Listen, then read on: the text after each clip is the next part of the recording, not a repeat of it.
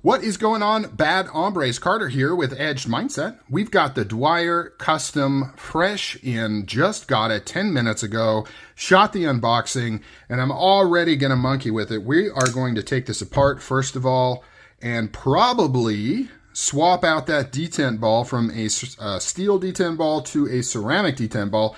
And if you didn't watch my unboxing, the reason I'm doing that is I prefer ceramic detent balls. I like how they don't wear out on you. I like how they give you a crisper detent. Now, normally I wouldn't advise doing this on a Strider because it will affect your warranty. But in the case of this knife, this is made by Duane Dwyer. Back in the day, there is no warranty to speak of. I mean, technically, I think he still says he warranties these. But I don't think, based on what I've heard of problems with warranty work, I wouldn't trust sending this into them. And so I'm not as concerned about affecting that warranty.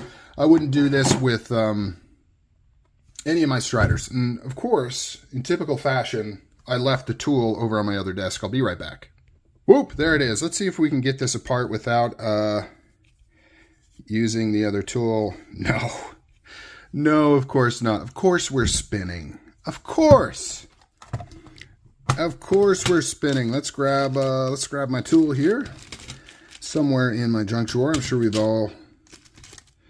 we've all got our fair share of little junk containers like that. This is actually coming from thehollowgrind.com. Use code Carter for 10% off of everything there. I think that code is still good. And they will send you a tin just like this full of Band-Aids for you. So pretty awesome. Really cool guys. Absolutely love them. Okay, let's do this, all right? See how this goes. Okay, you're going to insert. You know what? I'm going to switch. I am going to switch. I want to use this small guy because it'll allow me to cup the balls a little bit better. Okay, got that locked in. Now let's see, here's where we find out if it's actually Loctited or just, nope, not Loctited. So it was just a little, little bit of friction in there, which prevented it from just unlocking on its own. All I had to do is just put that tool in just to hold it, and we're good to go. Ooh, good golly, Miss Molly, what is going on with that? That is nasty. Let's see if we can wipe some of this off. I have a feeling this is going to be a long video. I am going to just roll with this. So if anybody wants to comment in the comments the different timestamps of when I actually do certain things, like switch out that detent ball or whatever, please do so. Please feel free to do so. I'll clean that out later. No big deal. That is not the right one. Swap this out here. Should be a T9, I think, which is what I have right here, T9. So this is SnG is the pattern of this particular knife, and this is the old school, right? So it's got the knurled female part that's pressed in there. This is a Duane Dwyer Custom. Now, there shouldn't be any surprises inside, right? It's essentially built like every Strider was at this time. Duane just took the blanks and did extra milling on there, which I think is pretty cool. So I kind of touched on this in my unboxing video, how when these were first around, wow, that just fell right out. When these were first around, I didn't really care much for the Duane Dwyer side of customs. I really preferred mixed stuff. I mean, I still do, but I've really grown to appreciate Duane's stuff. Oh, wow. There's that lock face. That actually has a good amount of wear going on in there, which is interesting because the knife does not seem very worn. I almost wonder, did he do that to get more lockup? Huh. That almost looks like it's machined right there. Kind of like he took... And then that is, yeah. That is interesting. I've noticed some stainless steel detent balls are stainless steel colored, and then some are kind of darkened like this. But this is definitely stainless steel. So I don't know what's going on with this lock face here. It almost looks like it's been purposely modified. Like, this doesn't look like... I wonder if this was Duane's attempt at getting rid of lock stick, kind of breaking it in manually so that it was interfacing more. Because one thing I have noticed, and this is just anecdotally, as I've looked at Dwyer Customs for sale and other people's videos of them, you can see how that one's thinner, that one's thicker. I'll show you why when we put it back together. Anecdotally, why am I struggling with that word? As I look at Duane Dwyer Customs, they all seem to have laterish lockup. Like, I don't know if I can recall an old school Dwyer Custom that has a early lockup. It seems like they're all kind of late, and I didn't notice that. I wondered if there was a reason for that, and I'm thinking, this is just pure conjecture, I'm thinking that he kind of artificially broke them in and set those lock bars in deeper, is what it seems like. Because that's sure what that lock face seems to indicate. Man, this is full of crud. I mean, you can see these bronze phosphor washers are all patinaed and ground up and all that stuff. Okay, let's get to the fun. Let's get to the fun bit. Need to grab my tools. Now, I don't do this at home, ladies and gentlemen. Or do it at home. Just accept your own risk. I forgot to get my other tool. I'll show you the tools right now. I will show you. So we got a punch right here. This particular punch is great because it will fit in the opposite side of that detent hole right there. And then we can easily pop this bad boy out. So we're going to place it right here.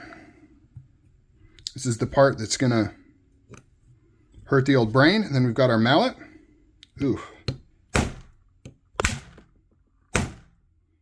I need to move this. Sorry, folks. I can't really get, without hitting the camera, I can't quite get as high as I need to.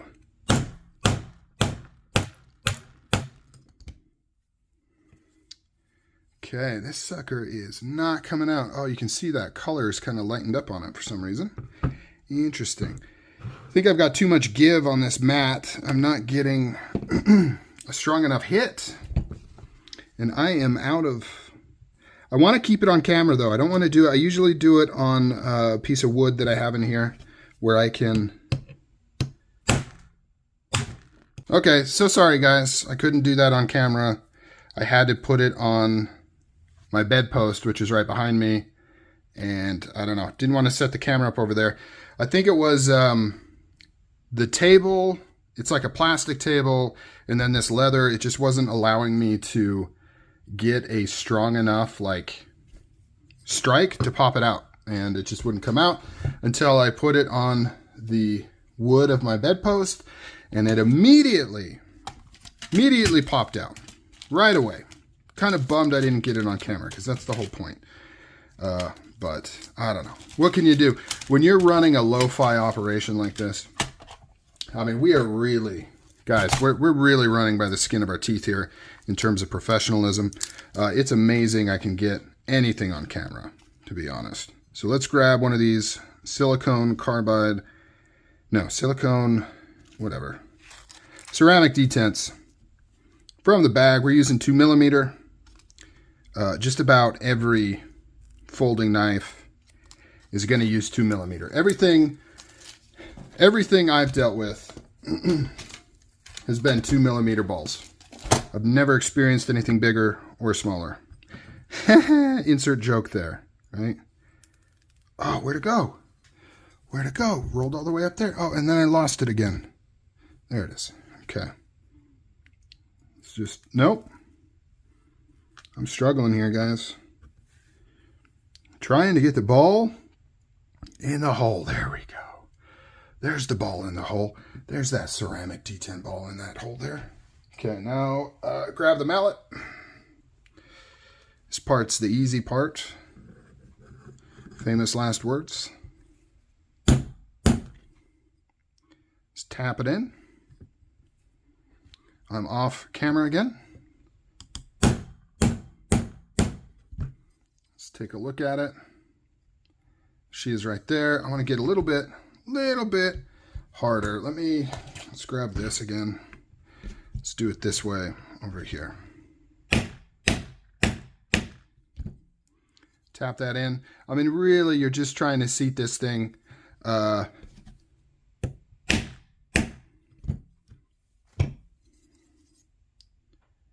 Yep, there we go. That is hopefully not too seated. That should be good. And you got to remember, ceramic detent balls aren't going to flatten out like the steel one is. So that's pretty good depth right there. I think that's going to be nice. It's going to make a nice, crisp detent. And we're going to put this thing back together, and we are going to lube it up with everyone's most hated lubrication. Or should we take everyone's advice? So I usually use this stuff, which honestly, I kind of do it because it's just easy to apply. I've used lithium grease in the past with great success, and it is better for a lot of things. It stays in place. It doesn't get all over that lock face. It's just a little bit more difficult to apply. And then whenever you open it up, not this time. You typically have like the ketchup type situation where it's all watery and runny and it's kind of a mess and that kind of stuff. Let's see. I'm going to use incorrectly. I'm going to use this punch here to apply this grease. And we're going to do the grease since that's what everybody kind of said they wanted me to do. On my last Strider disassembly video, they're all like, you need to use lithium grease or some kind of grease. And so we're going to do that. So fat washer on this side, and that's just because you have to use the skinny one so that it'll clear that lock bar right there. Not really a huge deal. Oh, I already messed up. The other tip people gave me was to only lubricate the side of the washers facing the blade. I already messed that up. Oh well. Doesn't matter. Really doesn't matter. It'll be fine. It will be fine. Put that on. Get some more over here. I want to keep it away from the bottom here to a certain degree. Keep it off that lock face. Put a little bit on that detent track. Yes, sir. Should be good to go. And you know what? I'm going to be a rebel again. And I'm going to put a little bit on this side, even though everyone hated it. Said not to do it. I'm doing it anyways.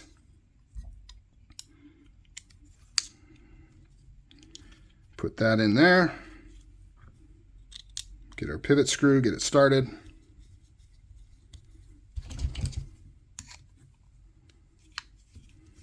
Just putting pressure on the other side with my finger to try and keep it in place. And then if I lock it out, it might hold a little bit more. Oh yeah. Yep, so it completely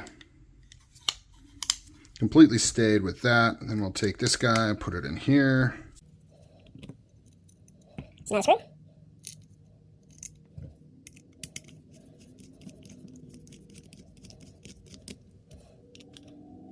I'm going to tighten this up before I put that final one in. Don't worry, I haven't forgot about it. Pocket clip one was a little bit loose, so I wanted to get it.